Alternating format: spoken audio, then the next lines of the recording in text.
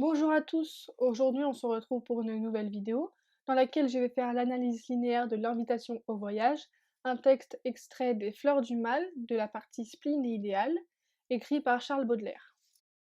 Charles Baudelaire est un poète post-romantique et symboliste, considéré comme l'initiateur de la modernité par l'audace de ses images, son goût de la contradiction et l'originalité de son œuvre. Les Fleurs du Mal, son recueil de poèmes en vers, fut mal compris lors de sa parution en 1857 et lui valut même un procès. Il est aujourd'hui considéré comme un chef-d'œuvre incontournable dans l'évolution de la poésie. Comme toute analyse linéaire, je vais lire le texte. Mon enfant, ma sœur, songe à la douceur d'aller là-bas vivre ensemble. Aimer à loisir, aimer et mourir, au pays qui te ressemble. Les soleils mouillés de ces ciels brouillés, pour mon esprit ont les charmes si mystérieux de tes traîtres yeux, brillant à travers leurs larmes. Là, tout n'est qu'ordre et beauté, luxe, calme et volupté. Des meubles luisants, polis par les ans, décoreraient notre chambre. Les plus rares fleurs, mêlant leurs odeurs aux vagues senteurs de l'ambre, les riches plafonds, les miroirs profonds, la splendeur orientale, tout y parlerait, à l'âme en secret, sa douce langue natale. Là, tout n'est qu'ordre et beauté, luxe, calme et volupté. Vois sur ces canaux dormir ces vaisseaux dont l'humeur est vagabonde, c'est pour assouvir ton moindre désir qu'ils viennent du bout du monde. Les soleils couchants revêtent les champs, les canaux, la ville entière, d'hyacinthe et d'or. Le monde s'endort dans une chaude lumière. Là, tout n'est qu'ordre et beauté, luxe, calme et volupté. L'invitation au voyage est un poème très original composé de 3 strophes similaires, des douzains hétérométriques, qui forment un triptyque et qui sont suivis par un refrain. La première et la dernière évoquent un lieu exotique, un voyage, un extérieur ouvert et vaste, alors que la strophe centrale évoque un intérieur, une invitation. Le texte exprime un désir d'ailleurs avec une compagne. Tout le poème est écrit en vers impair, avec des pentasyllabes et des heptasyllabes, tandis que le refrain est composé de 2 heptasyllabes, ce qui lui donne une grande musicalité. Donc le premier vers, mon enfant, ma sœur. L'ouverture de ce douzain est chaleureuse et s'apparente à une dédicace lyrique, puisque le poète représenté par les 2 adjectifs possessifs s'adresse directement à l'enfant sœur, métonymie de sa muse et amante.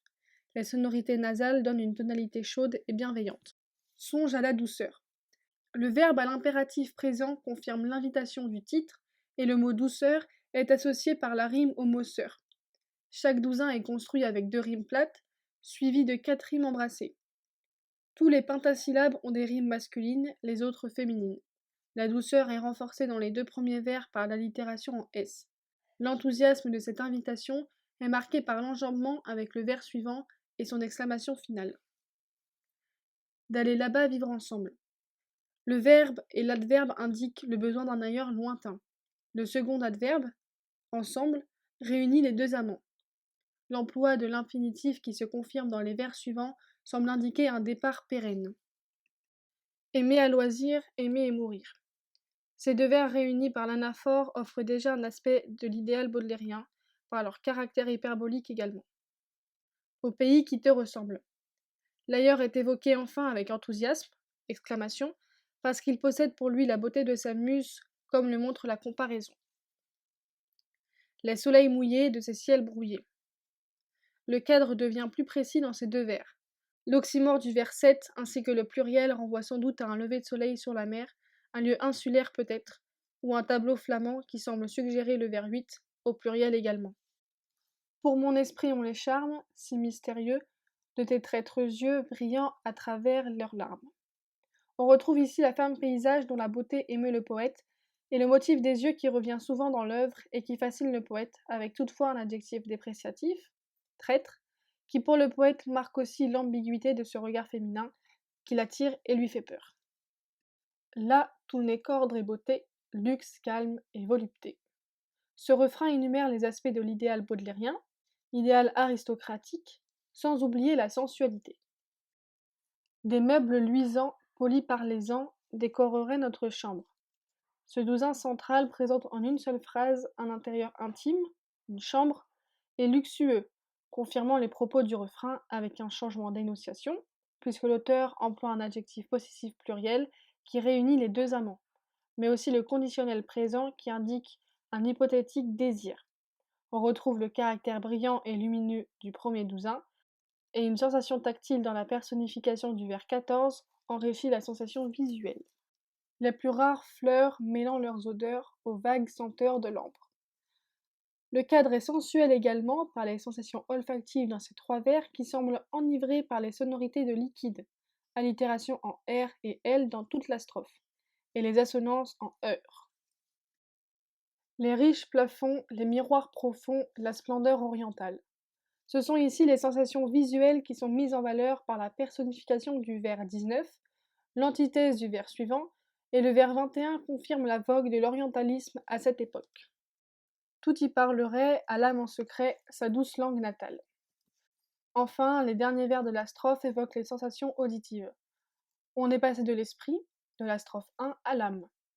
Le secret confirme l'intimité et on retrouve la douceur, celle du jardin originel, où les deux amants se trouvent en harmonie avec ce qui les entoure, sauf qu'il s'agit d'un intérieur. Là, tout n'est qu'ordre et beauté, luxe, calme et volupté. Voit sur ces canaux dormir ces vaisseaux dont l'humeur est vagabonde. La dernière strophe présente à nouveau en une seule phrase un cadre extérieur qui semble lagunaire, peut-être Venise. On retrouve l'emploi de l'impératif ainsi que de nombreuses correspondances avec la première strophe. Beaucoup de personnifications sont présentes, comme ici celle des vaisseaux dans le vers 26-27. C'est pour assouvir ton moindre désir qu'ils viennent du bout du monde. La personnification des bateaux se poursuit dans ces vers et les présentatifs initiales, vers 28, indiquent que ce sont eux qui voyagent pour la muse. Les hyperboles des vers suivants montrent qu'elle est quasiment divinisée. Les soleils couchants. Les amants semblent parvenus au terme de leur voyage. On retrouve les soleils, mais le soir, avec un important champ lexical du sommeil dans cette strophe.